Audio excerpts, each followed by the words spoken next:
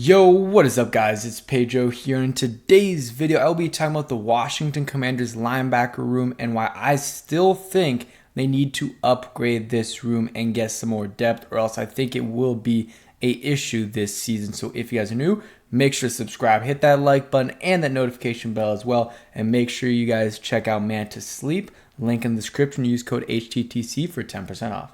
So over the last few years, the Washington Commanders have went into the offseason with a hole at linebacker, and every single offseason they have basically done nothing to address it. And yes, I know some people are going to be like, well, their defense, they usually only have two linebackers on the field, or sometimes they only have one linebacker. And yes, that is true, but I just want to say this right now so I don't get all the comments about it. But the thing is, yes, last year they played with one or two linebackers on the field for most of the time. And, when Jamin Davis and Cole Holcomb were healthy, it was fine. And even when Cole Holcomb got hurt, Jamin Davis was playing fine. But when you have to be forced to play guys like David Mayo, and last year guys like John Bostic, and, Milo Eifler and Deshaun Harris are all right, but, I don't want them as my second string linebackers, or my third linebacker right now is David Mayo. That just shouldn't be the case. That should not be the case. And those guys were playing significant snaps last year. David Mayo played a lot at the end of last year, and John Bostic played a little bit, and they got toasted at times. So I just don't want that to happen. So instead of, they don't need to go out and sign a guy for a ton of money. And right now there's not many guys out. Or I wasn't asking them to draft a guy in the first or even second round. All I wanted was maybe draft a guy in the mid rounds, third, fourth, fifth round. Okay, it's fine. Maybe the value didn't make sense this year, but it's been 4 years. And I also, they could have signed a free agent earlier on for cheap. There was a lot of good options available that they could have signed for $1, $2, $3, $4 million, and it would have made a lot of sense. It would have helped out this defense, because if Jamin Davis goes down, you're absolutely screwed. You have Cody Barton, who knows if he's an upgrade over Cole Holcomb. I mean, Cole Holcomb had a better first 4 years than Cody Barton did. And then you're going to be playing David Mayo / Khaleke Hudson. I like Hudson. He's got some potential, but I don't want him playing a ton of snaps. I can have him play a little bit, but I don't want him playing a ton of snaps. And if, Barton or, Jamin Davis get hurt, then they're going to be playing a lot of snaps. And I'll talk about some possible guys that they could sign in a bit, but I just don't think they're going to do it, because they have had 4 off seasons to do it.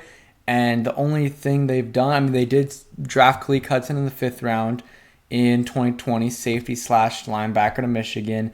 Then they signed David Mayo.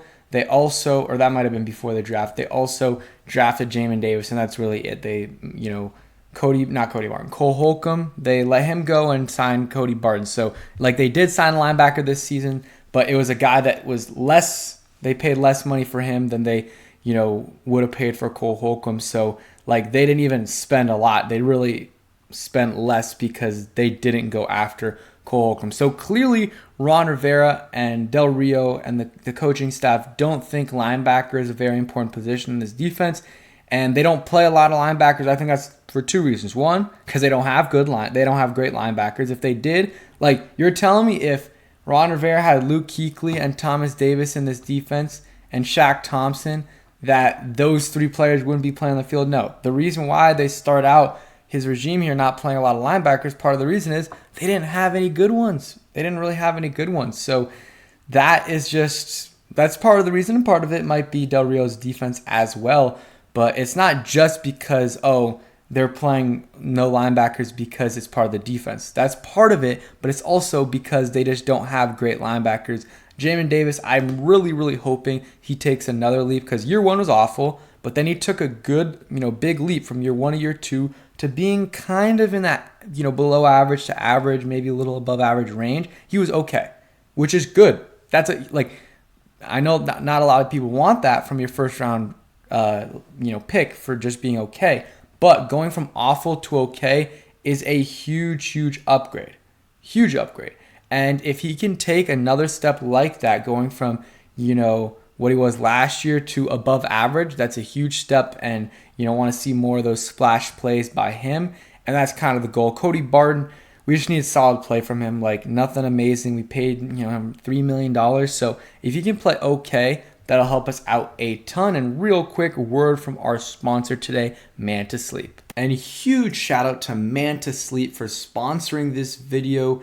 They make the best sleep masks in the world. They have a bunch of different types, some that can change temperature and make it, cooler or hotter for you when you want, go to sleep depending on the season. They also have ones with speakers so you can change what you're listening to before you go to bed and when you wake up. They sent me one about a month ago, been using it every single night, and it has drastically improved my sleep. I don't go to sleep without a Man to Sleep mask. So make sure you guys use code HTTC for 10% off. Link in the description, and link will be the pinned comment. So yeah, I am excited to see what Jamin Davis can do. He definitely improved in year 2 and start out the year actually getting a ton of sacks, and that kind of slowed down, but he's got the athleticism. Now just got to put it together. We saw some improvement in year 2, got 3 sacks, improved in the tackle department. And I just want to see a couple more big plays and just overall better play from him. And that's a successful year 3 for him. And then let's see, Cody Barton, again, just needs solid play from him. I mean, he had a ton of tackles last year. I think it was well over 100. I know, let's see, it was, 123 tackles, 71 solo, 2 sacks, 2 interceptions, 6 pass breakups. And then, he was solid. So, Seahawks fans weren't super fond of him, but we'll see what he does. His best year by far was year 4 when he actually started playing. So we'll see if he's able to, keep that up. And then some linebackers we could sign. All the best ones already signed. You see these guys right here, would have not minded Kaiser White, even Leighton Vander Esch. Let's see, TJ Edwards would have been solid. Bobby Okereke was one of my dream guys, dream pickups, but it was going to always be too much money. It was always going to be too much money. Eric Kendricks is an option, but maybe a little too old. But there's a lot of options there. Commanders don't end up getting any of them, and it is what it is. But there's still some guys available. Zach Cunningham, inside linebacker from Tennessee. You got Deion Jones and Miles Jack, both middle-aged guys in terms of NFL age. You got Kevin Pierre-Louis, who we had. Corey Littleton, who's, still all right. And, Jayon Brown, who a lot of people wanted us to sign a little bit before. You got John Bostic. No. As a coach, would not mind it. And besides that, there's not many great options, guys. We waited too long. Anthony Walker, we could have signed him, but we didn't want to pay him anything. So the Browns got him. I'm not asking, he got $1.2 million. We couldn't do that, man. I really don't understand it. But it is what it is. It is what it is. They clearly think they have good linebackers, but hey, maybe Jamin Davis and Cody Barton will be good, and I think they can be. But again, if you have any snaps where you have David Mayo and these other linebackers playing, it's a failure when you could have had one of these other guys for very, very, very cheap.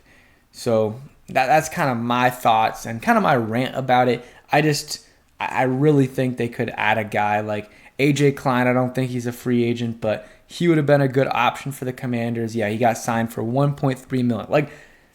He would give you more production than $1.3 million, especially if one of these guys got hurt. Because if that happens, you're screwed. You're forced into either just playing one linebacker, which might work for a little bit but kind of limits your abilities there, or you have to play David Mayo or Khaleke Hudson. And again, nothing wrong with those guys, but they're good special teams players. Maybe Khaleke Hudson can turn into a okay third string linebacker, but he shouldn't be your third linebacker. Same thing with David Mayo. Those guys should be number 5 and number 6 on the depth chart. If they need to play because your backup got hurt, okay. But they shouldn't be getting significant snaps. But I do know a lot of people do like, Khaleke Hudson. You see Nicholas Morrow also got paid barely over $1 million. They clearly think it's good, but I just strongly disagree with that. And Quan Alexander got signed, I believe, the other day. So that's another name off the list. Gerard Davis, I swear he got signed, but maybe not. There's still some options that are significant upgrades over Mayo, but it's starting. They're starting to dwindle because these are the best names, and we already saw, Quan Alexander get signed, and probably some other guys will be getting signed as well. So that's gonna do it for today's video. I forgot to say it, but this is a pre-recorded video, so maybe someone got signed, maybe the Commanders signed a linebacker. But yeah, thank you guys for watching. I hope you guys did enjoy. If you did, hit that like button, subscribe if you guys are new, and peace.